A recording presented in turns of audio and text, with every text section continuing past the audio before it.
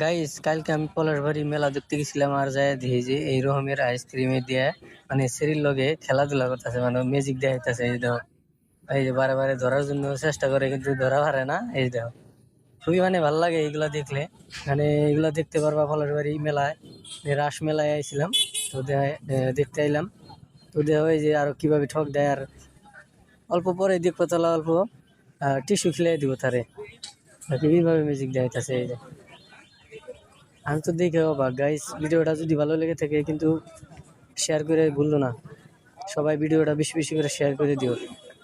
এই দেখছা, এই যে এখন টিস্যু খেলাই দিব, দেখবা তালা এই টিস্যু পেপার নিল না।